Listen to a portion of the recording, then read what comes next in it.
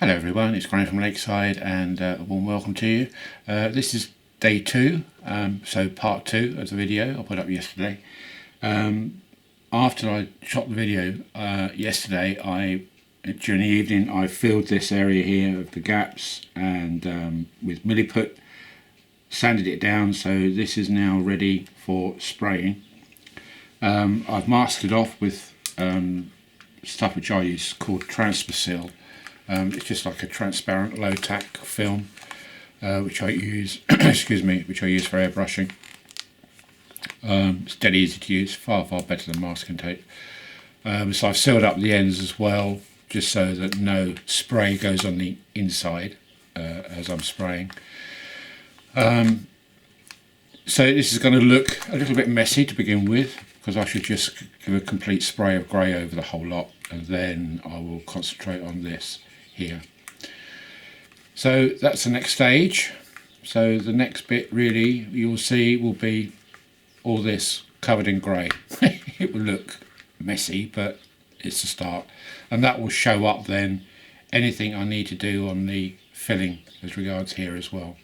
So just a light dusting, just to give me an idea of what I'm going to be seeing underneath here once it's painted. If I'm lucky, then I won't get any joins showing. If I'm unlucky, then I will.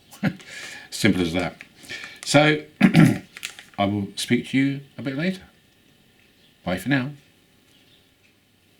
Hello again. Right, this is the first dusting, and a couple of things have thrown up because of it. First thing is that the colour I picked is actually perfect. It's, as you can see, I've just got to here. I haven't touched any of that, so I sprayed from here down, and you can just make out, hopefully on the camera, the slight difference in colour. But that's as near as damn it as best I can get. And the other thing is that, if you can see, it's all worked out absolutely fabulous, apart from just here. There's two there which, if you can see, I just need to put a little bit of filler in there. There they are, there, those two there. So I just need to dab a little bit of filler in there, and then we're good to go. And the other thing is that I like the grey on the base. I quite like that. It doesn't look so overpowering than the black did. It looks actually more natural. So I think what I will do, I will leave it grey. I will spray the whole lot grey, and then I can pick out and detail some of the pipe work in here, and some of the square boxes, perhaps weathered black or something. Because don't forget, what's going to happen is this is all going to go away and be weathered anyway. So they can work their magic on this area here as well. So yeah, I'm pleased with that. I'm very pleased. So what I've got to do now is to put a little bit of filler on this bit here, a tiny amount there, and then that's done. So good, I can crack on. So all I need to do now is put that filler on, spray the whole lot, let it dry, and then I can detail this area. So once I've done that, I'll be back. Okay, welcome back. To say I'm over the moon is an understatement. I'm so pleased with this, the way it's come out. I think it's looking terrific, to be honest. I really do. I know it looks all grey at the moment, but obviously you've got the masking tape on here with the overspray on it, but I've got rid of the joins there now, so there's absolutely no sign of any joins on there. And I do like this grey base now. That's really grown on me. So what I'm going to do now is basically finished now, this, and I've sprayed the whole lot now. There's virtually no difference in the colour whatsoever. I'm going to highlight some of the areas here, probably in a weathered black, and maybe pick out a few bits and pieces with a silver or something. I'll see how it goes. I shall then assemble it all back again, and then we'll see how it looks. And I may even go up to Lakeside and put it on the track to see how it looks. It'll be quite different, obviously, because the whole coach is not weathered, so it will stand out like a sore thumb, but it'll give you an idea of how the completed coach looks. So I will finish this bit off, assemble it, and then come back. Bye for now. Back again. So that's now finished, as regards to painting anyway. So I've detailed the bits I wanted to do. Don't forget there's still quite a lot of stuff to go on here, so I don't want to go overboard on it. But I've just picked out some of the piping in red. The base for the pantograph here I've done as a weathered black, along with a few boxes and things like this one here, just to give it a little bit of colour. I really like this grey base now. It's really growing on me. So what I'm going to do is now just assemble all that lot, take the masking tape off and assemble it. And then once it's all finished, I'll be back. Bye for now. Ta-da! Done. I'm really pleased with it.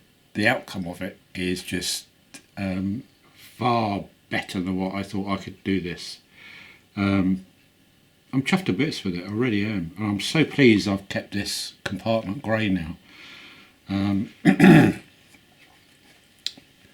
Show you what it's like. You can see I've picked out some of the piping down here. Difficult to show you really. Some of the piping and tubing out in red.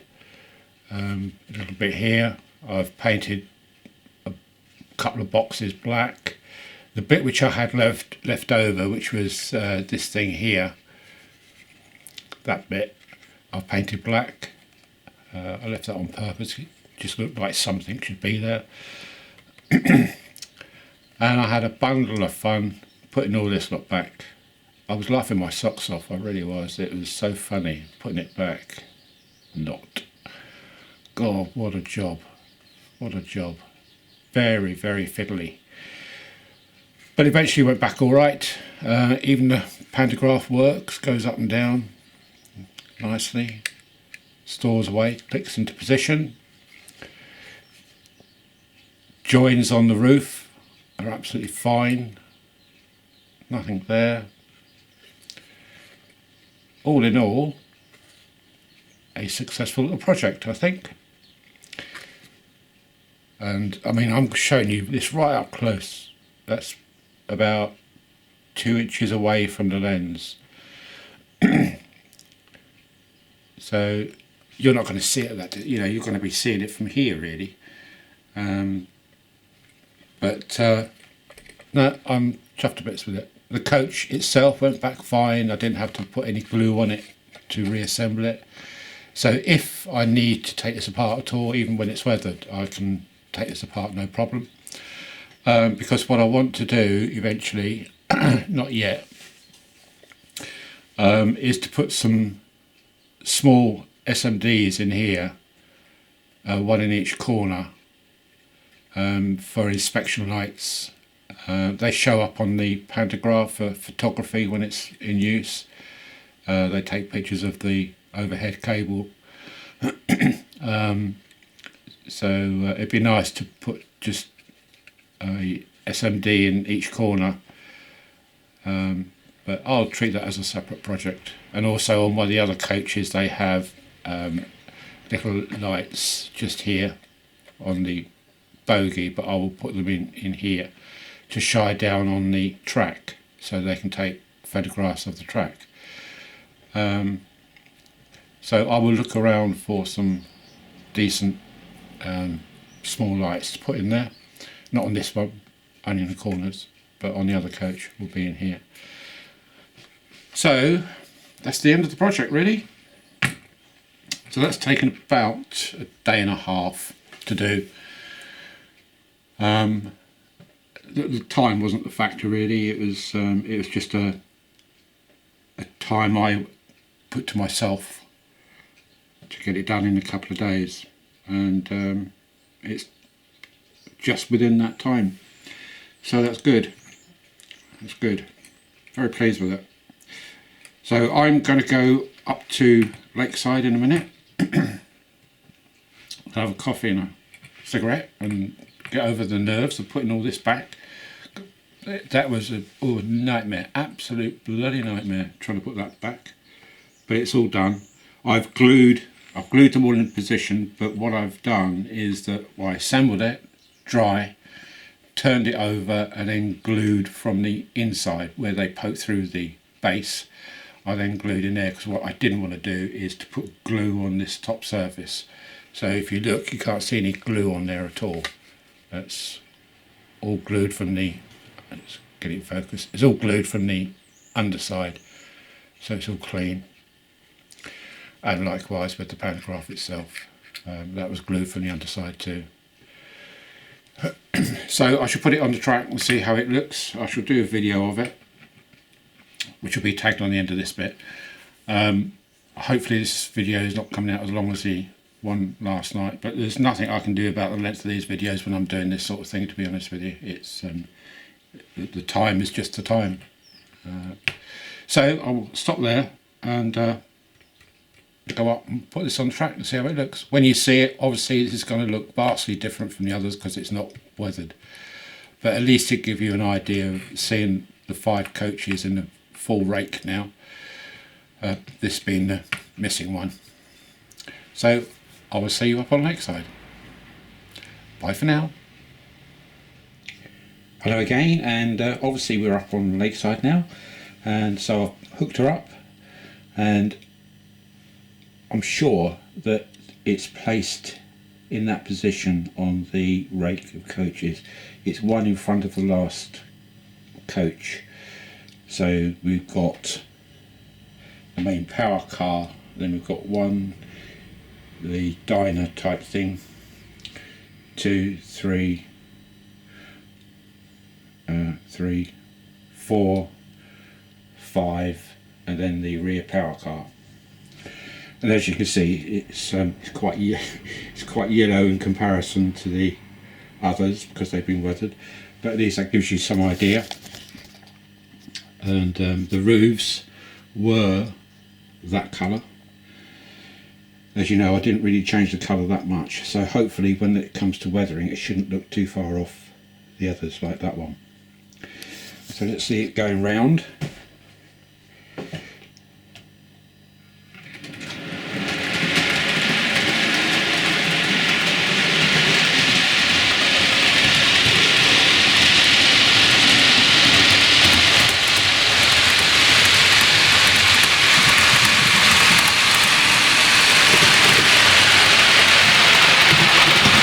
It's a very bright yellow, isn't it, in comparison.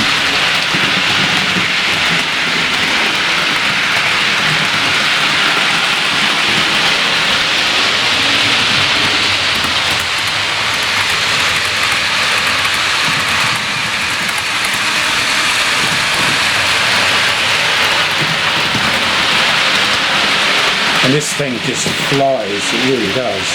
Watch this. I mean, these should go 150 miles an hour for testing.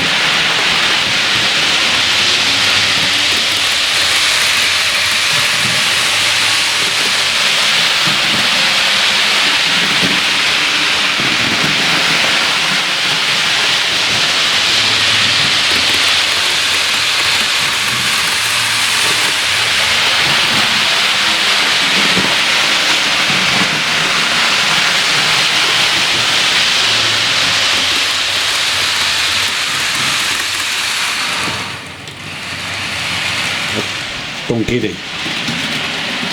Right, let's bring it into the station. Just wanted to give you an idea of it actually on Lakeside and running. Good thing about it is that taking it all apart and putting it back together again hasn't made it kind of falling off the track or anything. It's quite stable. So obviously I'll put back the bogies and everything okay, nice and true. So job done. Very pleased with it. Very pleased with it. So the other thing is, of course, is that this is the kind of distance people will see it at. You're not going to see it right up close like that, for instance. That's kind of normal viewing which you would get. Happy boy, happy boy. Right, okay folks, that's the end of this project. Hopefully you've enjoyed it and it's been of interest to some of you. I've certainly enjoyed doing it, it's been good. So bye for now, and thank you for watching. Bye.